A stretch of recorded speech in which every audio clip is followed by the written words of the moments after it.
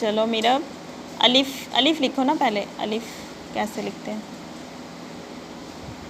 शाबाश। अब बे लिखो।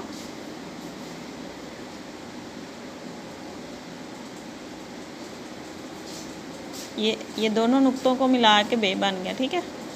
बे के नीचे कितने नुक्ते होते हैं? एक। ऊंची आवाज़ में बोलो। एक। शाबाश। अब लिखो इधर, इनको मिलाओ, इनको इनको इनको। लाइन के ऊपर ऊपर, लाइन के साथ साथ ये ऐसे। शाबाश। ये क्या लिखा है? नहीं बेटा, जिसके नीचे 3 नुक्ते होते हैं उसको क्या बोलते हैं?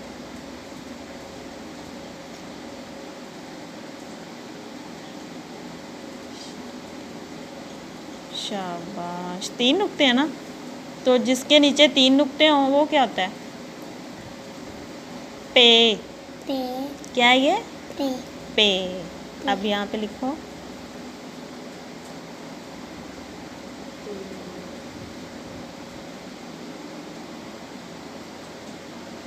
इस पे कितने नुक्ते आएंगे? 2। 2। तो जिसके ऊपर 2 नुक्ते हों वो क्या होती है? ते। ते। शाबाश। और जिसके नीचे 3 नुक्ते हों वो क्या होती है? पे। पे। पे। और जिसके नीचे 1 नुक्ता हो? बे। बे। ये क्या है? अलिफ। अलिफ। ये क्या है? बे। ते।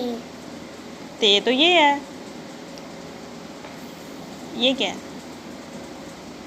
पे। पे है बेटा, ये देखो। अच्छा, तो मेरा मुझे ये बताओ, ये क्या है? ते। बेटा ये ते तो नहीं है, ये तो पे है। पे। देखो ना, पे के नीचे कितने नुक्ते होते हैं? 3। 3।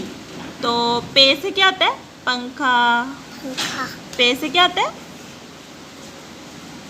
पर। पे से पंखा। पे से पर भी होता है। पंखे के कितने पर होते हैं? 3। शाबाश। तो पे के नीचे कितने नुक्ते हुए? 3। 3। तो जिसके नीचे 3 नुक्ते हुए वो क्या हुई? ते। पे। पे। जिसके नीचे 3 नुक्ते हुए वो क्या हुई? पे। शाबाश।